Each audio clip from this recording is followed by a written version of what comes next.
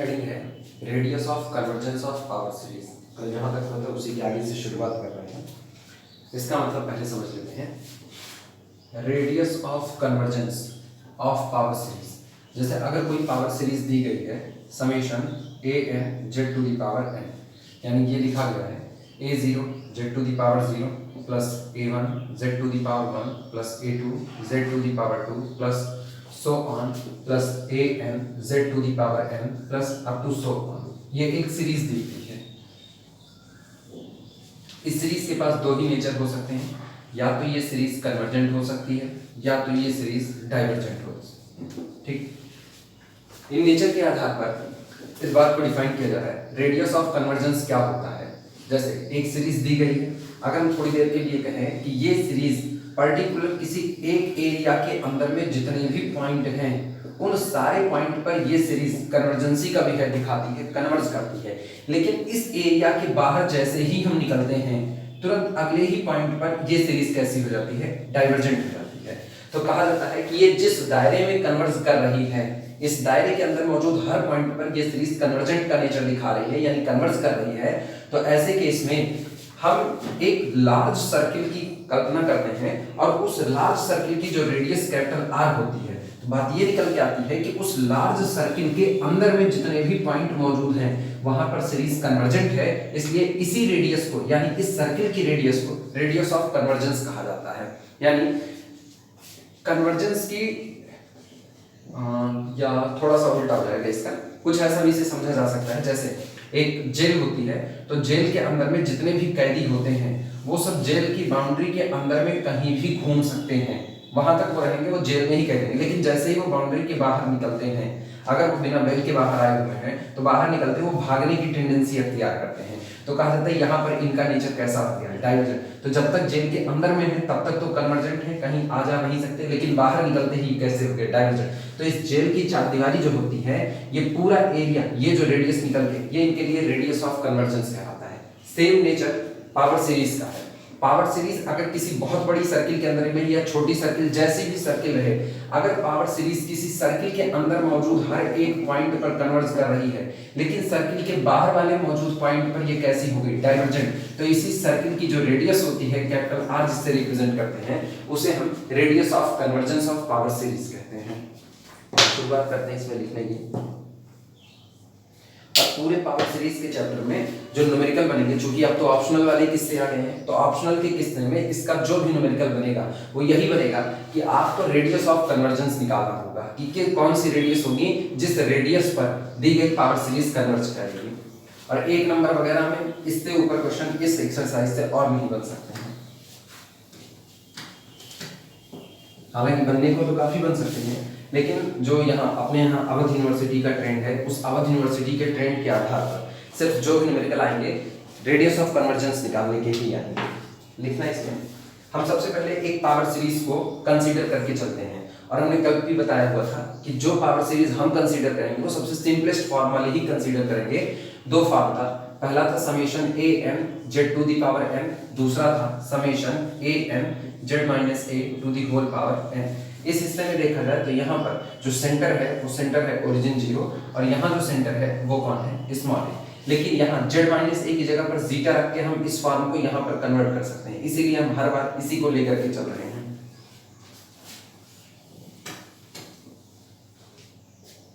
लिखना कंसीडर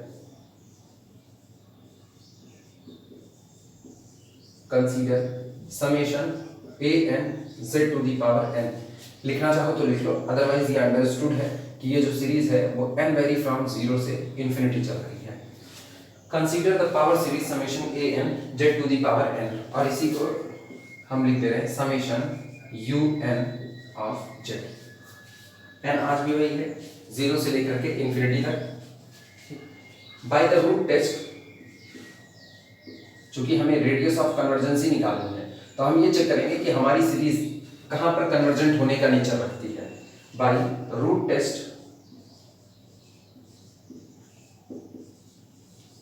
कल जो बात लिखी गई थी, कल कुछ इंपॉर्टेंट रिमार्क वगैरह लिखे गए थे जहां पर हमने कुछ टेस्ट की बात की हुई थी, वहां पर एक जगह पर रूट टेस्ट भी आया है। अगर ध्यान ना हो तो कॉपी पलट करके उसे एक बार चेक कर लेना।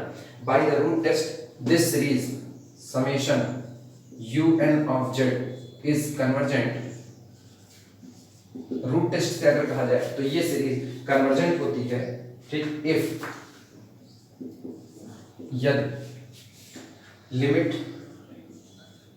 n tending to the infinity un to the power 1 upon n is less than 1।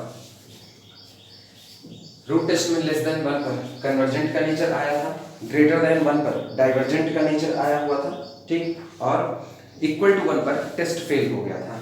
हम जो आपस याद दिला दे रहे हैं, कल हम लोगों ने बात की हुई थी कि limit n tending to the infinity mod of un to the whole power n, अगर ये लिमिट l आती है तो वहां पर कहा गया था जिस दिन l लेस देन 1 होगा सीरीज कन्वर्जेंट होगी, ठीक, जिस दिन ग्रेटर देन 1 होगा सीरीज डाइवर्जेंट होगी, और जिस दिन ये इक्वल टू 1 होगा टेस्ट फेल हो जाता था। तो बाय द रूट टेस्ट, अगर रूट टेस्ट से देखा जाए तो हमारी ये सीरीज कन्वर्जेंट होती है इफ यदि limit n tending to the infinity un to the whole power 1 upon n less than 1। This implies that, इसका मतलब ये हुआ limit n tending to the infinity, un की वैल्यू निकालते हैं, un ये यहां से हमको मिल रहा है, un is equal to, sorry वहां पर मॉड लगा हुआ था ना, मॉड लगा देना, सुधार दे रहे हैं इसको, limit mod of un to the whole power 1 upon n less than 1, ठीक। तो दिस इंप्लाइज दैट un की वैल्यू रखते हैं, un का मतलब nth टर्म और nth टर्म है an z to the power n, तो ये हो गया mod of an z to the power n is whole power 1 upon n less than 1। दी गई पावर सीरीज कन्वर्जेंट होगी अगर limit n tending to the infinity mod of an z to the power n to the whole power 1 upon n less than 1 होगा, and this implies that, इसको तोड़ करके लिख देते हैं limit n tending to the infinity, अच्छा इसे लिख सकते हैं मॉड ऑफ an और to the whole power 1 upon n, ठीक। इनका हाल देखना, ये जो लिखा है ये लिखा है, लिखना थोड़ी देर, mod of z to the power n और to the whole power 1 upon n is less than 1। अगर हम इसको सीधे लिखना चाहें, तुम लोग चाहे ना तो अगली वाली लाइन सीधे लिख देना, इसे लिखने की कोई जरूरत नहीं है। This implies that limit n tending to the infinity mod of an to the whole power 1 upon n, और n से n कैंसिल आउट हुआ, mod of z less than 1। लिख डालो इतना फटाफट।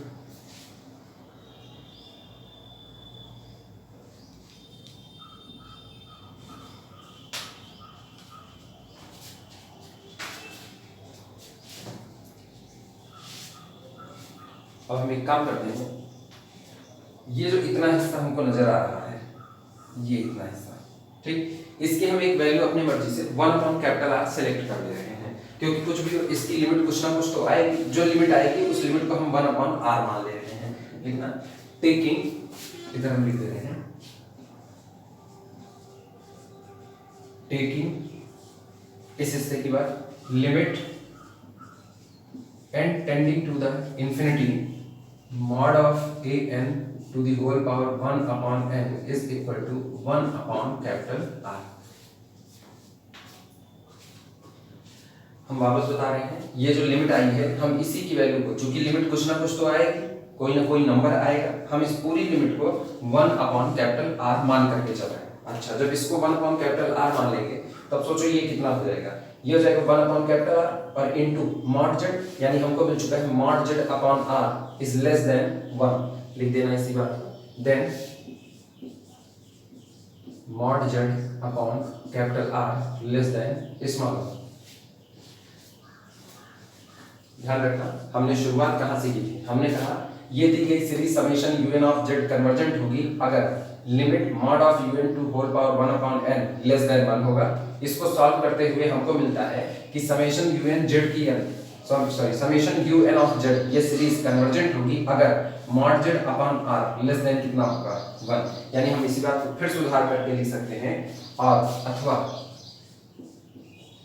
Mod z less than capital R, ये यानी summation un z उस दिन कन्वर्जेंट होगा जिस दिन z इस प्रकार लिया जाएगा कि mod of z less then होगा किसी रियल नंबर कैपिटल R से। और अगर इसको ध्यान दो तो ये एक डिस्क के तौर पर बिहेव कर रहा है, जिसके लिए सेंटर का काम ओरिजिन कर रहा है। यानी अब ध्यान देना, हम इसी आर को रेडियस कह रहे हैं। आर रेडियस का हमने एक सर्किल ड्रॉ किया। इस सर्किल के अंदर में जो पॉइंट होंगे, हम अंदर की बात करें, इस सर्किल के अंदर में वहां पर mod z confirmly less than radius R होगा, और सर्किल के बाहर जो पॉइंट होंगे वहां पर mod z confirmly greater than कितना होगा, आर होगा। हम कह रहे हैं हमारी series summation u n of z convergent है जिस दिन mod z less than R है, यानी जिस दिन सर्किल के अंदर का पॉइंट लेंगे तो अंदर वाले हर एक पॉइंट पर ये दी गई series summation u n of z convergent होगी।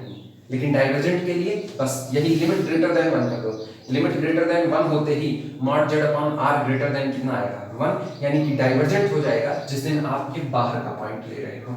तो ये जो रेडियस निकल करके आई ना, ये रेडियस यानी ये कैपिटल, इसी को रेडियस ऑफ कन्वर्जेंस कहा जाता है। लिख रहे हैं हम इस बात को 10 या ऊपर हटा के लिखते हैं।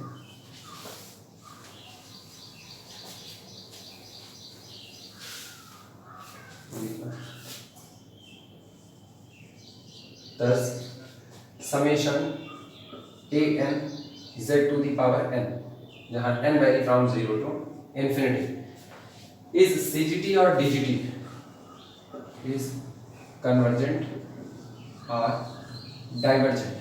ये दी गई इनफाइनाइट सीरीज यानी जो पावर सीरीज है ये कन्वर्जेंट या डाइवर्जेंट होगी according as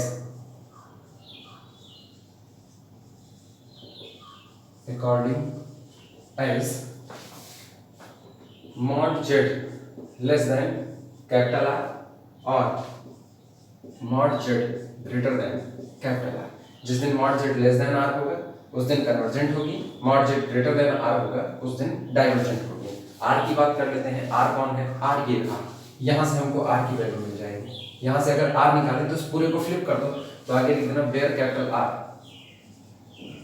where capital R is equal to 1 upon limit n tending to the infinity mod of a n to the whole power 1 upon n। इस बात को लिख करके ब्रैकेट में बंद कर देना। अब हम रेडियस ऑफ कन्वर्जेंस की बात करेंगे। अच्छा, इस प्रूफ को दिमाग में रखना क्योंकि भी एक जगह पर आगे चल करके ना कॉची-हेंडवार्ट थ्योरम मिलती है। कॉची-हेंडवार्ट थ्योरम इसी रेडियस ऑफ कन्वर्जेंसी की ही बात करती है, और हेंडवार्ट थ्योरम कुछ और नहीं है। उसको डिस्कवर तो कॉची ने किया था, लेकिन वो फेमस थोड़ी ज्यादा नहीं हुई थी। फेमस तो वो तब हुई जब हेंडवार्ट ने उसको दोबारा से रिकंसीडर किया, या कह सकते हैं दोबारा उन्होंने उसकी खोज की। तो उन्होंने सिर्फ यही कहा था कि अगर आपकी कोई पावर सीरीज है तो वो पावर सीरीज किसी सर्किल की रेडियस कैपिटल R जो होती है उसके अंदर के पॉइंट पर, यानी वो किसी डिस्क के अंदर में कन्वर्जेंट होगी, और उसके बाहर वाले पॉइंट पर कैसे होगी, डाइवर्जेंट। तो कॉची-हेंडवार्ट थ्योरम इसी रेडियस ऑफ कन्वर्जेंसी की ही बात करता है। हम वहां पर केवल थ्योरम का स्टेटमेंट लिख देंगे, प्रूफ के लिए यही सारी चीजें तुमको दोबारा वहां उठा करके लिख देनी पड़ेंगी। हालांकि एक बार इसे लिख चुके हो, अब इसके प्रूफ को वहां दोबारा लिखने की कोई नीड नहीं है, लेकिन फिर भी अगर कोई थ्योरम का प्रूफ लिखना चाहेगा तो वो इसी बात को उठा करके वहां पर चिपका देगा। लिख रहे हैं हम इसके बाद का हिस्सा।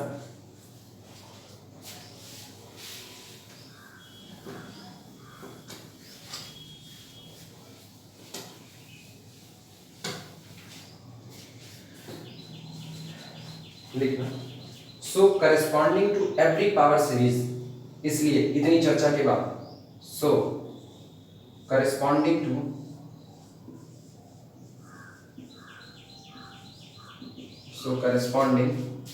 to every power series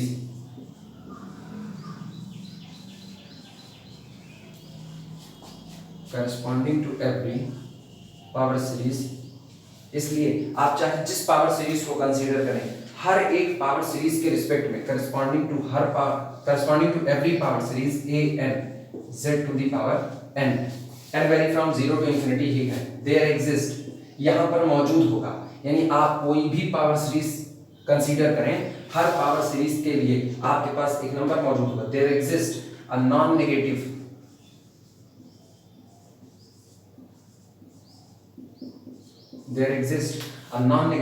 real number capital R, real number capital R। आपको हर पावर सीरीज के करस्पॉन्डेंस में एक रियल नंबर कैपिटल R जरूर मिलेगा, सच दैट जो इस प्रकार होगा, सच दैट कि mod of z less than capital R if series is convergent, if series is convergent कि mod of Z less than capital R बैठेगा, मतलब सर्किल के अंदर का पॉइंट होगा कब, जब सीरीज आपकी कन्वर्जेंट होगी। उल्टा कहें तो सर्किल के अंदर यानी आर रेडियस की सर्किल के अंदर में मौजूद हर पॉइंट पर दी गई सीरीज कैसी बैठेगी, कन्वर्जेंट बैठेगी। अगला उसी में लिखना mod Z greater than R, greater than R if series is divergent, if series is divergent. अगर आपकी सीरीज डाइवर्जेंट हुई तो mod Z greater than R होगा, यानी कि आप सर्किल के बाहर का पॉइंट कंसीडर कर रहे हो। ठीक, नाउ अब डिफाइन करते हैं। Now if we draw a circle, अगर हम एक सर्किल ड्रॉ करते हैं, if we draw a circle, if we draw a circle of radius capital R, of radius capital R, अगर हम इस कैपिटल आर की इस कैपिटल आर रेडियस की एक सर्किल ड्रॉ करते हैं विद सेंटर एट ओरिजिन, क्योंकि हम कंसीडर किसको किए हैं, ओरिजिन को कंसीडर कर रहे हैं एज अ सेंटर। ठीक, if we draw a circle of radius capital R with centre at origin,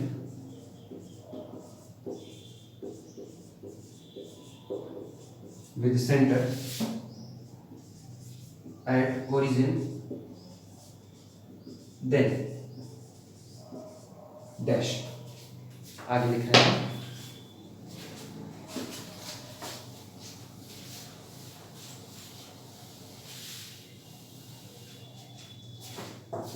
then पहली बात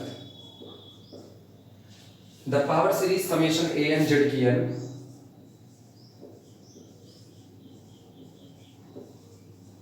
the power series summation a n z to the power n is convergent for every point, is convergent for every point, is convergent for every point z within the circle, within the circle। चूंकि ये तो साफ हो चुका है कि जिस दिन mod z less than R होगा हमारी सीरीज कन्वर्जेंट होगी, तो हम कह रहे हैं अगर आप इसी कैपिटल आर रेडियस का एक सर्किल ड्रॉ करते हैं तो उस सर्किल के अंदर जितने भी पॉइंट मौजूद होंगे उन सब के लिए mod z less than R बैठेगा, और जब सब के लिए मॉड लेस देन आर बैठेगा तो इसका मतलब हर उस पॉइंट पर हमारी सीरीज का नेचर कैसा होगा, कन्वर्जेंट का होगा। With in the circle and divergent, and divergent, हालांकि पहला वाला पॉइंट नहीं, हम दोनों एक में मर्ज कर देते हैं, चलो। एंड डाइवर्जेंट डीजीटी किस पर होगा, mod Z greater than R पर, यानी कि जिस दिन आप सर्किल के बाहर का पॉइंट ले रहे हो। And divergent for every Z outside the circle, for every Z outside the circle.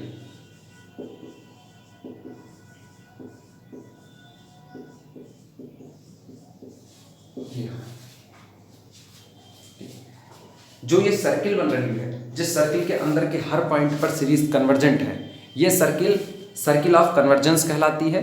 और सर्किल की जो रेडियस होती है, जो कि उस दायरे के अंदर में जितने पॉइंट आ रहे हैं सब पर हमारी सीरीज कन्वर्जेंट है, तो वो जो दायरा हुआ यानी वो जो रेडियस कैपिटल आर हुई, उस रेडियस को रेडियस ऑफ कन्वर्जेंस कहा जाता है।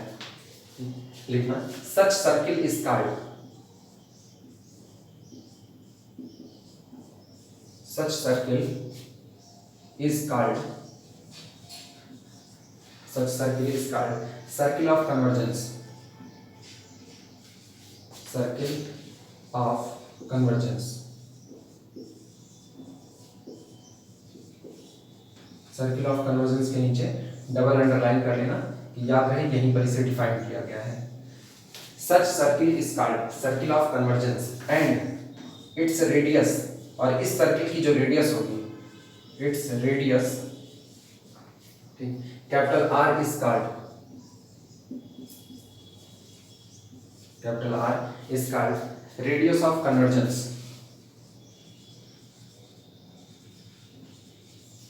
Radius of convergence.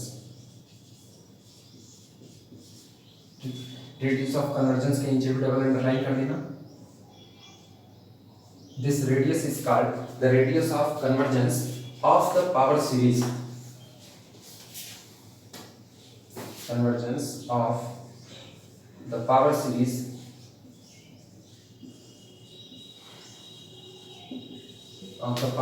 summation a n z to the power n, और n vary from 0 to infinity रहेगा, इसलिए हम उसको बार बार लिख रहे हैं। इतनी बातें तो हुई सर्किल ऑफ कन्वर्जेंस और रेडियस ऑफ कन्वर्जेंस के लिए। ठीक, वापस दिमाग में बात बैठाना। हम कहते हैं कि जब भी हमको कोई भी पावर सीरीज दी जाएगी summation A N Z to the power n, तो हमारे पास एक ऐसा रियल नंबर कैपिटल आर जरूर एग्जिस्ट कर रहा होगा कि उस कैपिटल आर, यानी ये मेरा सेंटर है, मान लिया 0 0, थोड़ी देर के लिए इसे सेंटर मानते हैं। इस सेंटर से हर बार हमको एक रियल नंबर कैपिटल आर जरूर मिलेगा जो कैपिटल आर के दायरे के अंदर में, मतलब इस कैपिटल आर हम चाहे जिधर चल दें, इस साइड में कहीं भी चल दें, इस दायरे के अंदर में जितने भी पॉइंट हैं उन सारे पॉइंट पर मेरी सीरीज का केवल और केवल एक नेचर होगा कि सीरीज किसी एक पॉइंट पर जाकर के सिमट कर रुक रही होगी। वो नेचर कन्वर्जेंसी का कहलाता है। तो हम कहेंगे ये जो दायरा आया ना, ये आर रेडियस, ये आपकी रेडियस ऑफ कन्वर्जेंसी है, और जिस सर्किल के अंदर में आप कन्वर्स कर रहे हो वो आपका सर्किल ऑफ कन्वर्जेंसी होगा। और इसके बाहर निकलते हैं चूंकि आप डाइवर्जेंट हो जा रहे हो, इसीलिए आपके दायरे के लिए जो अपर लिमिट रखी गई है वो कैपिटल आर रखी गई है। आप मैक्सिमम कैपिटल आर दूरी तक ही दौड़ पा रहे हो।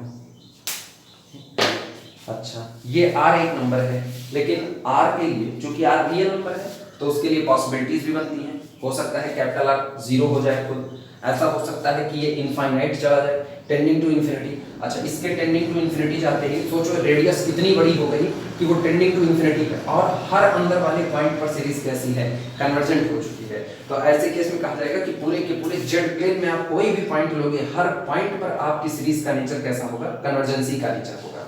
चर्चा कर रहे हैं आर के ऊपर की आर क्या क्या हो सकता है। 3 पॉसिबिलिटी है आर के लिए। आर फाइनाइट नॉन जीरो हो सकता है, आर खुद 0 हो सकता है, और आर टेंडिंग टू इन्फिनिटी हो सकता है। तीनों बारी बारी इसकी चर्चा करेंगे।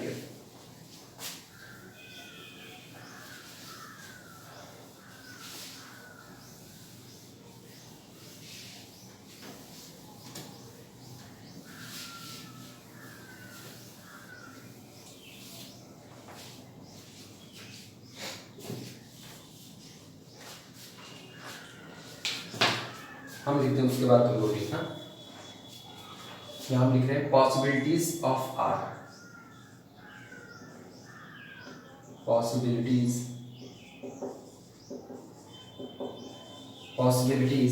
फॉर आर, अरे सॉरी ये गलती है, ये डबल एस है। पॉसिबिलिटीज फॉर कैपिटल आर, जो रेडियस ऑफ कन्वर्जेंसी हम कैपिटल आर ले रहे हैं उसके लिए क्या क्या संभावनाएं हो सकती हैं उसकी चर्चा कर रहे हैं। सबसे पहली पॉसिबिलिटीज जो दिमाग में आती है वो ये आती है कि capital R is equal to 0 हो सकता है। मतलब जो रेडियस ऑफ कन्वर्जेंसी है वो खुद कैसी हो जाए, 0 हो जाए। और जिस दिन ऐसा होगा ना, तो सोचो हमने सेंटर किसको माना था, ओरिजिन 0 0 को माना था, उस दिन इस पूरे के पूरे प्लेन में हमारे पास कन्वर्जेंस के लिए केवल एक पॉइंट होगा, ओरिजिन पर हमारी सीरीज कन्वर्ज कर रही होगी। लिखना इसी के ठीक नीचे, this implies that series convergent only when z is equal to 0। जब radius r is equal to 0 हो गई तो इसका मतलब आप केवल ओरिजिन पर खड़े हो, और ओरिजिन पर खड़े तो इसका मतलब z बराबर 0 पर ही आपकी सीरीज कैसी होगी, कन्वर्जेंट। और z बराबर 0 के अलावा आप कोई भी पॉइंट लोगे वहां पर सीरीज कैसी हो जाएगी, डाइवर्जेंट हो जाएगी। अगली बात, r फाइनाइट हो जाए और नॉन जीरो रहे।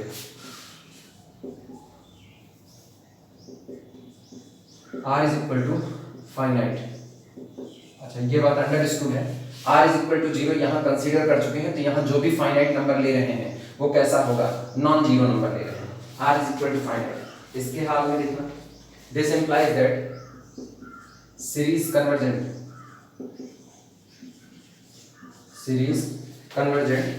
For every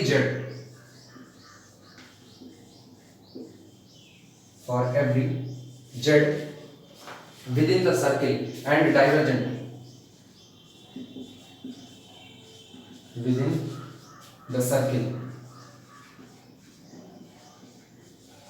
and divergent. जब आप आर को फाइनाइट ले रहे हो तो उस फाइनाइट रेडियस के अंदर में जितने भी पॉइंट आ रहे हैं सब पर हमारी दी गई सीरीज कैसी होगी, कन्वर्जेंट होगी।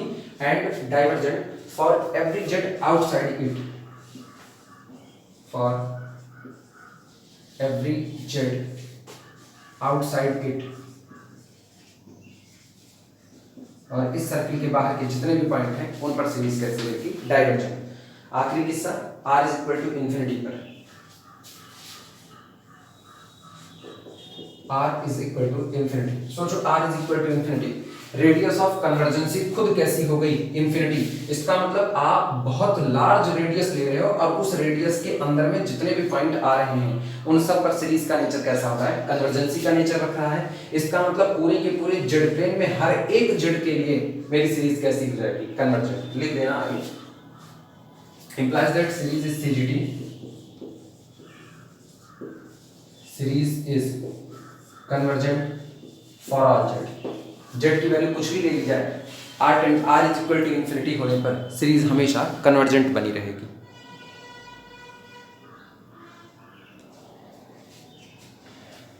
ये r के लिए पॉसिबिलिटीज हो गई और हम उम्मीद कर रहे हैं तुम लोगों को कॉसी लिमिट थ्योरम, जब बीएससी फर्स्ट ईयर चल रहा था तो बीएससी फर्स्ट ईयर में सीक्वेंस वाले हिस्से में कॉसी की दो लिमिट थ्योरम आती थी, एक जो एडिशन के लिए होती थी और दूसरी जो मल्टीप्लिकेशन के लिए होती थी। Quasi first limit theorem, quasi second limit theorem. उस लिमिट थ्योरम को पढ़ने में एक रिजल्ट का इस्तेमाल किया जाता था, वो रिजल्ट हम मान के चल रहे हैं कि तुम लोगों को याद होगा। नहीं भी याद होगा हम यहाँ कॉर्नर पर लिख दे रहे हैं, रिमार्क करके लिख देना इसे।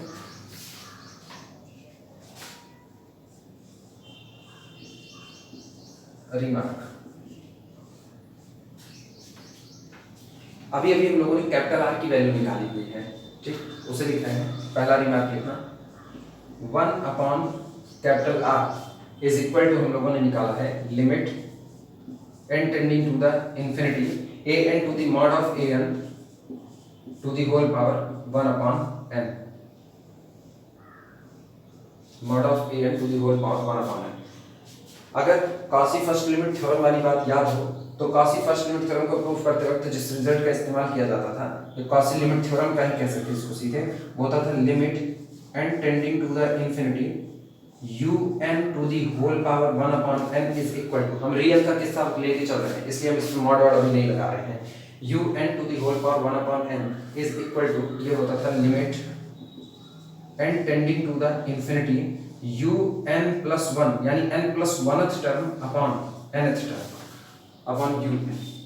अगर ये ना याद हो तो हम इसी के आधार पर इसको बगल में लिख रहे हैं।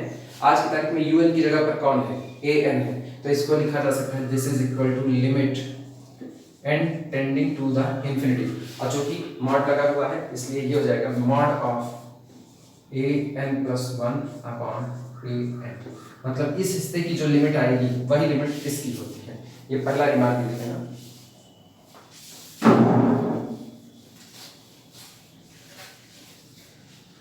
और याद रहे इसके लिए आगे लिख देना by the Cauchy theorem on limit, by Cauchy theorem on limit, by Cauchy theorem on limit. अच्छा, तो यहां से कैपिटल आर की वैल्यू देख लेते हैं, पहला ले लो और थर्ड वाला ले लो। पहला और तीसरा लोगे तो हमें कैपिटल आर की वैल्यू, पूरे को फ्लिप कर दिया जाए, पूरे को फ्लिप करेंगे तो देखना कैपिटल आर कितना मिलेगा, यहीं पर लिखते हैं also capital R is equal to limit n tending to the infinity, और ये फ्लिप होगा mod of a n upon a n plus 1। ये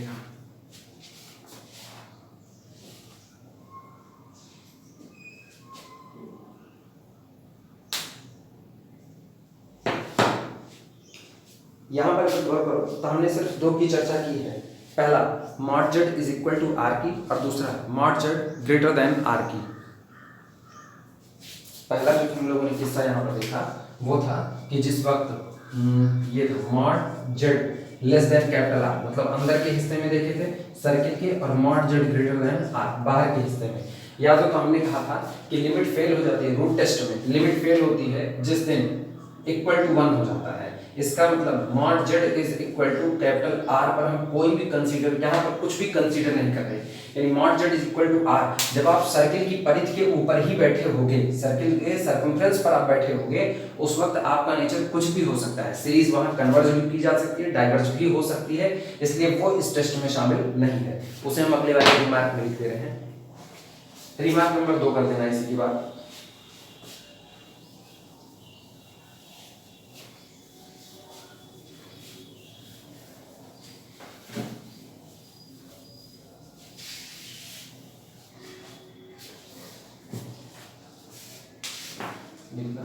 सेकेंड रिमार्क दूसरा, for mod Z is equal to R, for mod Z is equal to R, यानी जब आप circle की परिधि पर जाकर के खड़े हुए तब की बात करें। All conceivable type, all conceivable, all conceivable, आई है, are conceivable type of behaviour, type of behaviour, all types of behavior are possible, are possible for the points z, for the point z lying on the circle,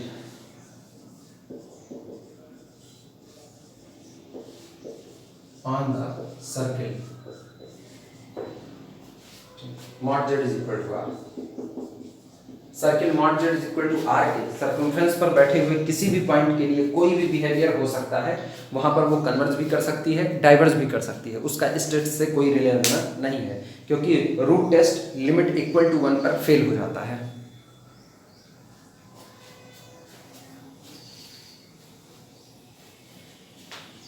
अगली heading डाल देना, sum function of power series,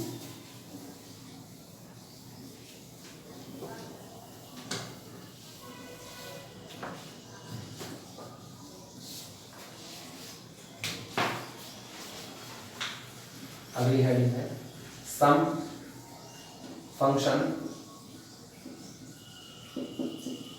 sum function of a power series,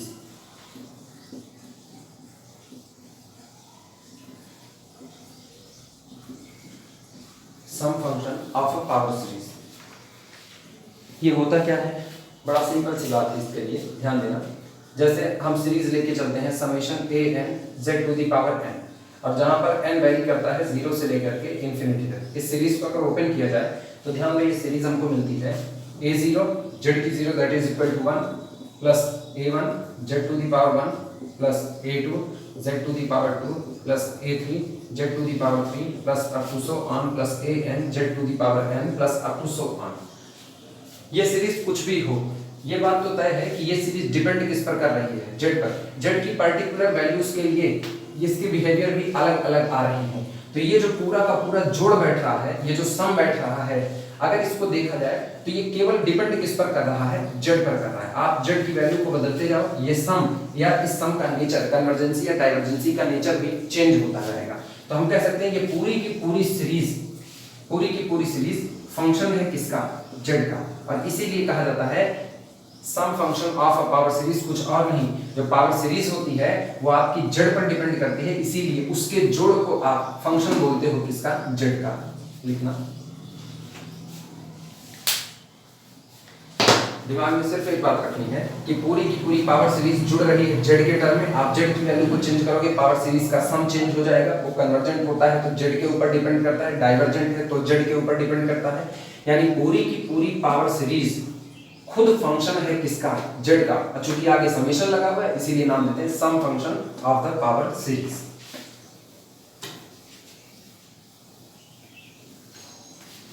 अच्छा लिखना इसमें,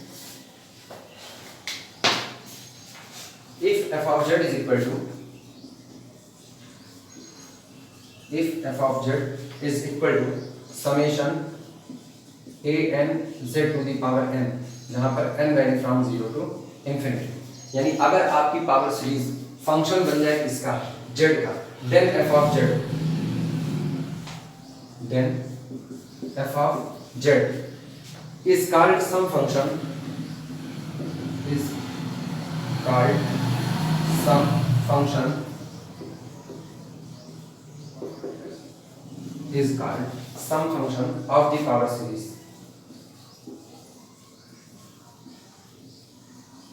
of the power series. Let's start.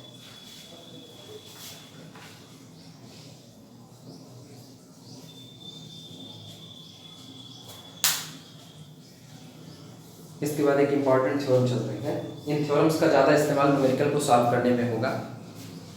आमतौर पर जब theoretical paper होते थे तो ये थ्योरम्स पूछी जाती थी। अब चूंकि तलवार लटकी हुई ऑब्जेक्टिव पेपर के लिए, तो ऑब्जेक्टिव में तो इसका कोई खास इस्तेमाल नहीं होने वाला। बस खाली तुमको स्टेटमेंट याद रखना है कि कभी कोई टीचर सीधे सीधे थ्योरम का स्टेटमेंट ही लगा दिया कि बताइए नीचे दिए गए स्टेटमेंट में से कौन सा स्टेटमेंट सही है और कौन सा स्टेटमेंट गलत है। तो ऐसे केस में, हालांकि बहुत मुश्किल काम है ऐसे क्वेश्चन को पूछा जाना, लेकिन फिर भी बहुत मुश्किल काम इसलिए होते क्योंकि अवध में ऐसा ट्रेंड नहीं है।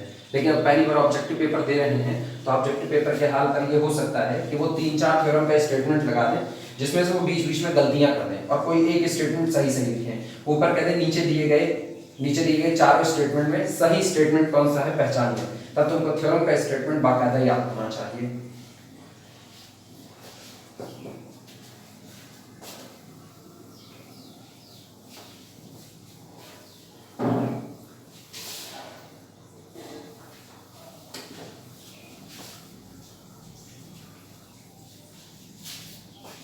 थ्योरम नोट करना।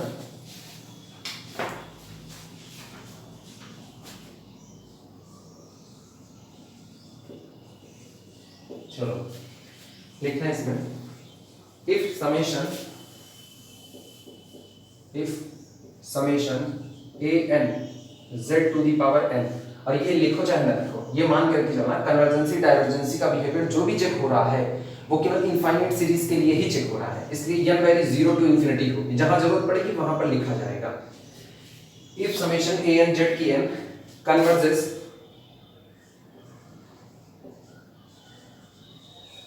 converges for a particular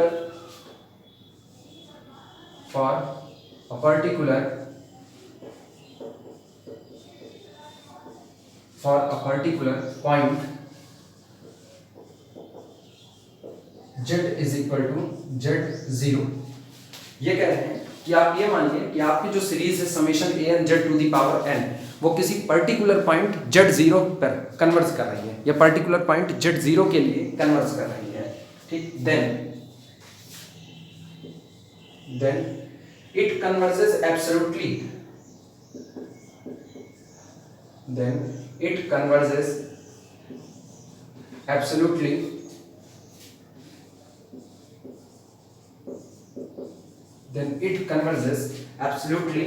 for every z for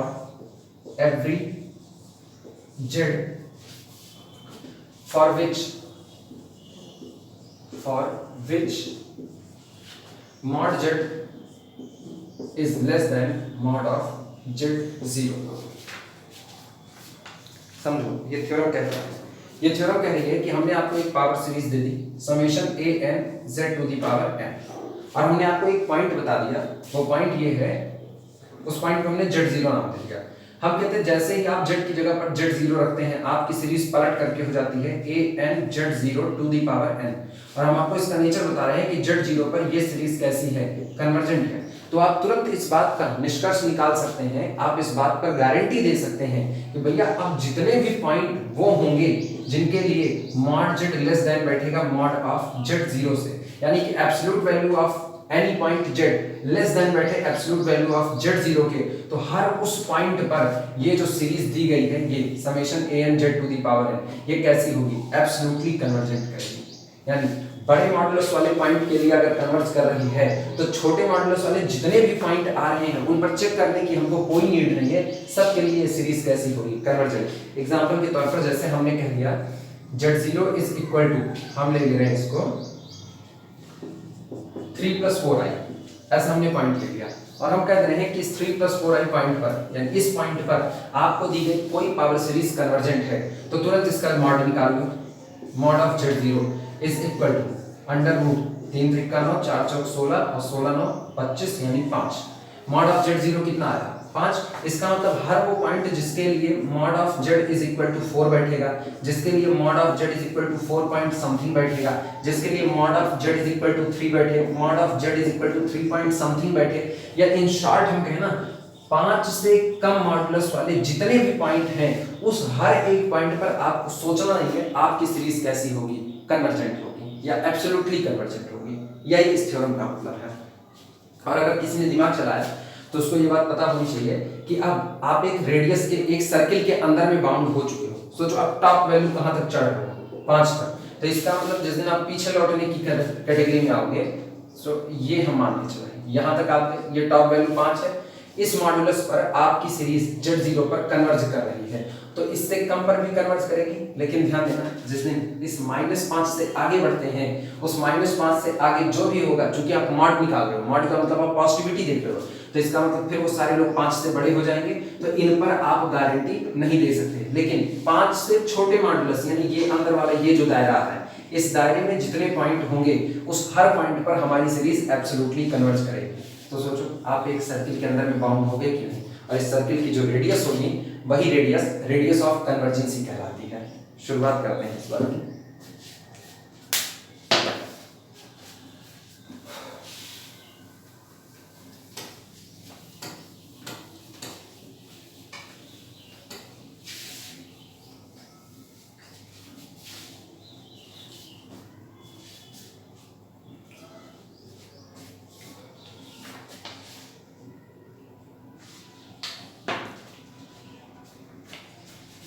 proof की शुरुआत करते हैं इसके। Proof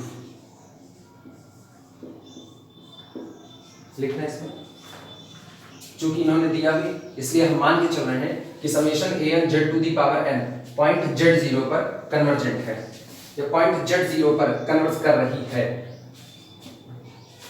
late summation an z to the power n convergent is CGT। अच्छा कोई ये ना कंफ्यूजन ना, जिस वक्त मेरे मुंह से निकलता है ना कि ये सीरीज Z0 पर कन्वर्ज हो रही है तो इसका कतई मतलब नहीं है कि this series tending to the Z0 ना, इसका ये मतलब नहीं। ये मतलब है कि आप जिस दिन इस सीरीज में Z की जगह पर Z0 पुट करोगे तो सीरीज बन जाएगी an Z0 to the power n। अब ये जो सीरीज आ रही है ये सीरीज कन्वर्ज कर रही है, किसी पॉइंट पर कन्वर्ज कर रही है। किसी पॉइंट पर कन्वर्ज करने का मतलब ये सीरीज किसी फाइनाइट नंबर, ये जो सम है ये सम कोई एक फाइनाइट नंबर होने जा रहा है, क्योंकि अगर इस पूरी की पूरी सीरीज का सम इंफिनिटी आता तो डाइवर्जेंट कहलाती, माइनस इंफिनिटी आता डाइवर्जेंट कहलाती। लेकिन अब सीरीज का सम कोई फाइनाइट नंबर आ रहा है, इसका मतलब ये सीरीज कन्वर्जेंट है, इसीलिए लिखा जाता है फॉर Z0। Z0 के लिए ये सीरीज कन्वर्जेंट है।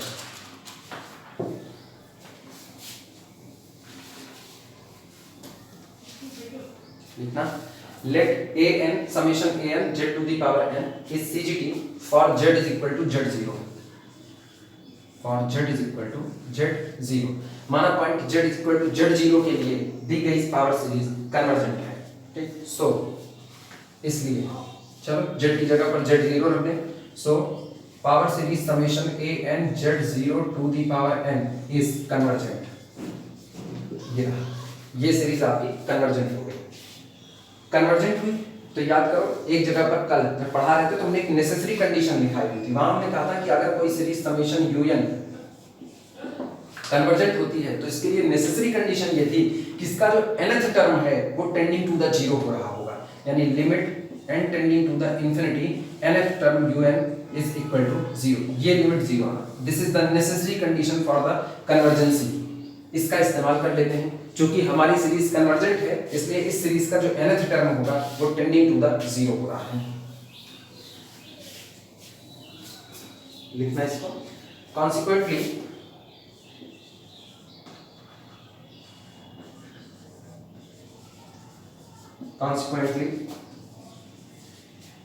limit n tending to infinity an z0 to the n is equal to 0। और आगे ब्रैकेट में लिख देना, याद रहे इसके लिए, नेसेसरी कंडीशन।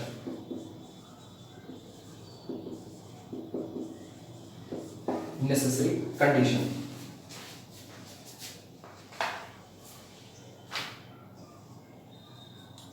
इसका मतलब समझो, अगर कोई सीरीज कन्वर्ज कर रही है, अगर कोई सीरीज कन्वर्ज कर रही है तो इसका साफ मतलब होता है कि यहां पर कोई ना कोई एक नंबर कैपिटल M ऐसा जरूर है कि सीरीज का nth term an(z0 to the power n) या तो इस नंबर से छोटा होगा या तो इस नंबर के बराबर होगा।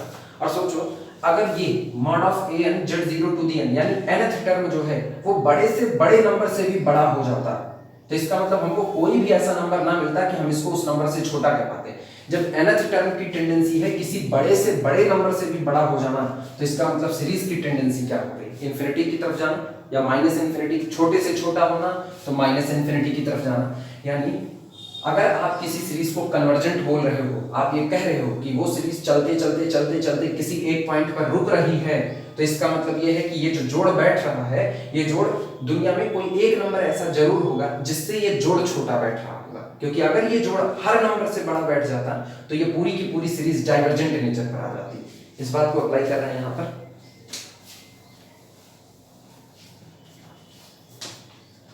दिस इंप्लाइज दैट, इसके कन्वर्जेंट होने का मतलब क्या होगा, this implies that there exist a real number, there exist a real positive constant, there exists a real positive constant capital M such that, जो इस तरह से होगा कि हम कह सकते हैं mod of an(z0 to the power n) is conformably less than or equal to capital M for all small n। n की वैल्यू आप कुछ भी ले लीजिए, सीरीज में मौजूद हर एक टर्म पर्टिकुलर इस नंबर के या तो बराबर हो सकता है या तो छोटा हो सकता है। ठीक, दिस इंप्लाइज दैट, इसका मतलब क्या हुआ वो देखते हैं।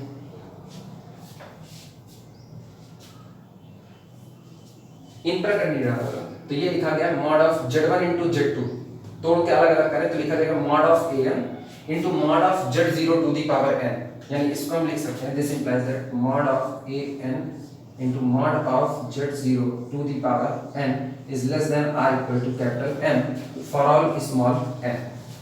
z0 को, mod of z0 की n को दूसरी तरफ ट्रांसफर कर देते हैं, क्योंकि mod लगा है, पॉजिटिविटी है, पॉजिटिविटी है तो इनइक्वालिटी के साइन पर कोई फर्क नहीं पड़ेगा, साइन जैसा था वैसा ही अडॉप्ट कर लिया जाएगा।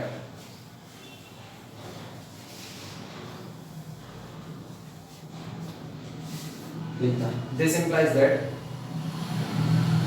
mod of an is less than or equal to capital M upon mod of z0 to the power n। ये अंडरस्टूड है कि अब हम जो भी बात लिख रहे हैं फॉर ऑल स्मॉल n लिख रहे हैं।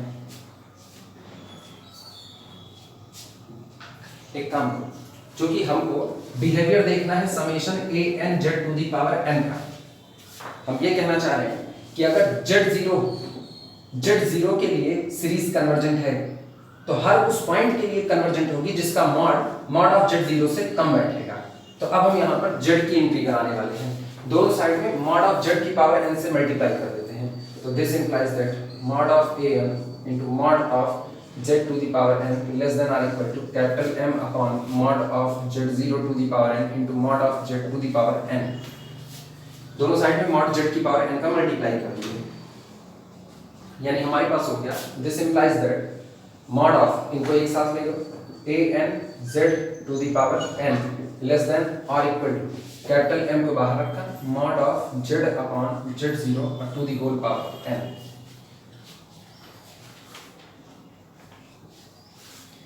अब यहां से इस पर हम रूट टेस्ट अप्लाई कर देंगे।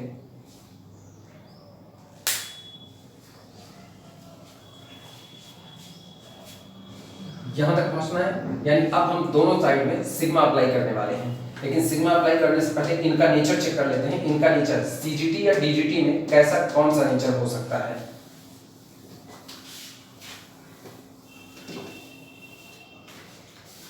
लिखना by the root test, but by root test लेकिन अगर हम रूट टेस्ट की तरफ देखें तो रूट टेस्ट कहता है सिग्मा अप्लाई कर रहे हैं इस सीरीज पर, summation mod of Z upon Z zero to the whole power n, वही summation u n is convergent, ये सीरीज कन्वर्जेंट होती है इफ, यदि याद आ रहा है mod z less than l greater than l equal to l. तो अभी आज की तारीख में अगर इसे याद किया जाए तो ये लिखा गया summation mod of Z upon Z zero to the power N is convergent. Root test करता है ये सीरीज कन्वर्जेंट होगी if mod of Z upon Z zero less than one. वहां पर जो होता था वहां एल के फॉर्म में लिखे थे और उस एल के ऊपर शर्त लगाया था, हमने कहा था अगर लिमिट एल आती है तो एल लेस देन वन पर कन्वर्जेंट, ग्रेटर देन वन पर डाइवर्जेंट, इक्वल टू वन पर टेस्ट फेल। तो अभी हम लेस देन की बात करें, माना इसकी लिमिट एल आई और एल लेस देन वन पर कन्वर्जेंट, इसका मतलब mod of Z upon Z zero less than one पर कन्वर्जेंट, दैट इज इफ, यानी ये कन्वर्जेंट होगा अगर mod of Z less than mod of Z zero, ये मिल गया हमको। यानी ये हिस्सा इसकी बात करें, इस पर सिग्मा बैठा हो, समेशन दिस कन्वर्जेंट, क्योंकि m तो कांस्टेंट है उसकी वैल्यू में कोई फर्क आने वाला नहीं है, तो summation mod of Z upon Z zero की n ये कन्वर्जेंट होगा जिस दिन mod of Z upon Z zero less than 1 होगा, और डाइवर्जेंट होगा जिस दिन mod of Z upon Z zero greater than 1 होगा। तो इसका मतलब कन्वर्जेंट होगा जिस दिन mod z less than mod Z zero होगा। जिनको ना समझ में आ रहा है वो ऐसा करें, mod z upon mod of Z zero, और इसको उधर भेज दो, ठीक लिखना। सो बाय कंपैरिजन टेस्ट, अब यहीं पर कंपैरिजन करवा लेते हैं। कंपैरिजन कैसा, ये हिस्सा छोटा है ये हिस्सा बड़ा है, दोनों तरफ सिग्मा बैठा होगे, तो छोटे लोगों का जोड़ छोटा बैठेगा, बड़े लोगों का जोड़ बड़ा बैठेगा। तो अगर बड़ा वाला कन्वर्ज कर रहा है लेस देन 1 पर तो छोटा वाला भी कन्वर्ज करेगा लेस देन 1 पर, लिखना। सो bye comparison test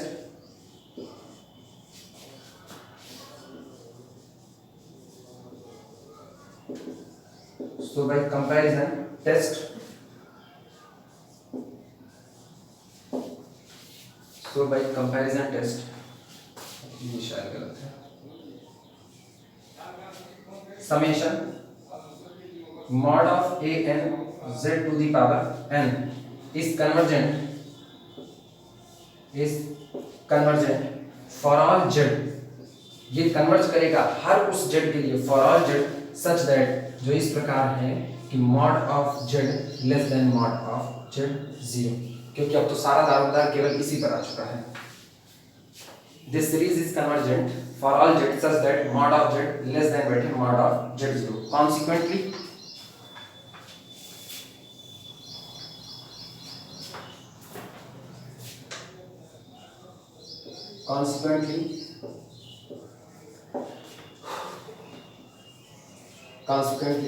summation A N Z to the power N, और याद करो जहां पर हमने एब्सोल्यूट कन्वर्जेंस बताई थी, अगर मॉड वाली सीरीज कन्वर्जेंट कह रही है तो इसको एब्सोल्यूट कन्वर्जेंस कहेंगे। अगर मेन सीरीज ये कन्वर्ज करे लेकिन ये डाइवर्ज करे तो इसको बोलते हैं कंडीशनली कन्वर्जेंट। लेकिन आज की तारीख में तो हम इसके लिए बात कर रहे हैं तो एब्सोल्यूट कन्वर्जेंस ही हो रही है, तो consequently summation A N Z T N is absolute convergent, is absolutely convergent, absolutely convergent for all z such that ये सीरीज हर उस z के लिए absolutely convergent करेगी जिस z के पास एक प्रॉपर्टी है for all z such that mod of z less than mod of z zero। एक काफी पावरफुल टूल है कि अगर हमको ये पता चल जाता है कि पर्टिकुलर किसी एक पॉइंट पर, जैसे हम कहते हैं उस पॉइंट को p कहते हैं, किसी एक पॉइंट p के लिए अपनी दी गई सीरीज कन्वर्जेंट है तो p के मॉड से छोटे, यानी वो सारे के सारे नंबर जिनका मॉड लेस देन होगा मॉड ऑफ p, उन सब के लिए ये सीरीज एब्सोल्युटली कन्वर्जेंट होगी।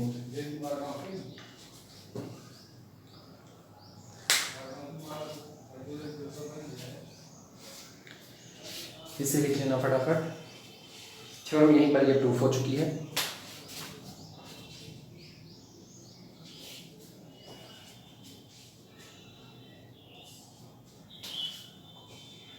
इसके आगे की बात कल वाले लेक्चर में करेंगे, अभी आज के लिए इतना ही।